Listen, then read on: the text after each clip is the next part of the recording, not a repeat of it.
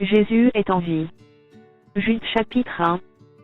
Jude, serviteur de Jésus-Christ, et frère de Jacques, à ceux qui ont été appelés, qui sont aimés en Dieu le Père, et gardés pour Jésus-Christ.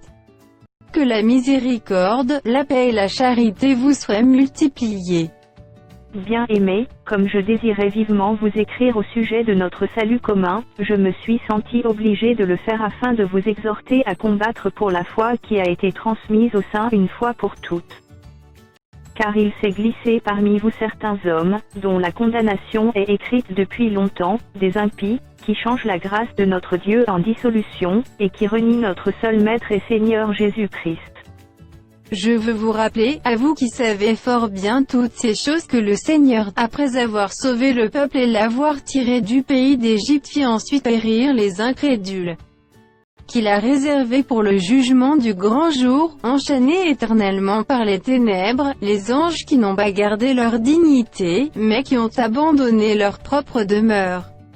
Que Sodome et Gomorrhe et les villes voisines qui se livrèrent comme eux à l'impudicité et à des vices contre nature, sont donnés en exemple, subissant la peine d'un feu éternel. Malgré cela, ces hommes aussi, entraînés par leur rêverie, souillent pareillement leur chair, méprisent l'autorité et injurient les gloires. Or, l'archange Michel, lorsqu'il contestait avec le diable et lui disputait le corps de Moïse, n'osa pas porter contre lui un jugement injurieux, mais il dit que le Seigneur te réprime. Au contraire, ils parlent d'une manière injurieuse de ce qu'ils ignorent, et ils se corrompent dans ce qu'ils savent naturellement comme les brutes. Malheur à eux, car ils ont suivi la voie de Caïn, ils se sont jetés pour un salaire dans l'égarement de Balaam, ils se sont perdus par la révolte de Corée. Ce sont des écueils dans vos agapes, faisant impudemment bonne chère, se repaissant eux-mêmes.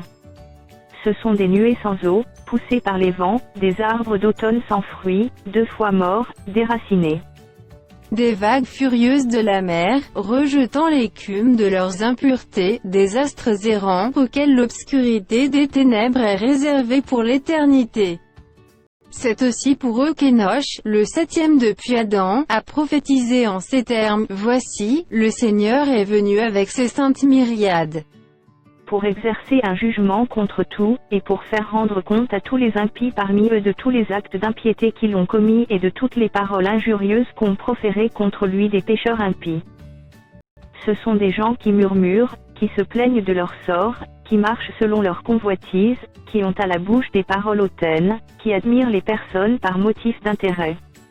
Mais vous, bien-aimés, souvenez-vous des choses annoncées d'avance par les apôtres de notre Seigneur Jésus-Christ. Ils vous disaient qu'au dernier temps il y aurait des moqueurs, marchant selon leurs convoitises impies. Ce sont ceux qui provoquent des divisions d'hommes sensuels, n'ayant pas l'esprit. Pour vous, bien-aimés, vous édifiant vous-même sur votre très sainte foi, et priant par le Saint-Esprit. Maintenez-vous dans l'amour de Dieu, en attendant la miséricorde de notre Seigneur Jésus-Christ pour la vie éternelle. Reprenez les uns, ceux qui contestent. Sauvez-en d'autres en les arrachant du feu, et pour d'autres encore, ayez une pitié mêlée de crainte, taillissant jusqu'à la tunique souillée par la chair. Or, à celui qui peut vous préserver de toute chute et vous faire paraître devant sa gloire irrépréhensible et dans l'allégresse. À Dieu seul, notre Sauveur par Jésus-Christ notre Seigneur, soit gloire, majesté, force et puissance, dès avant tous les temps, et maintenant, et dans tous les siècles. Amen.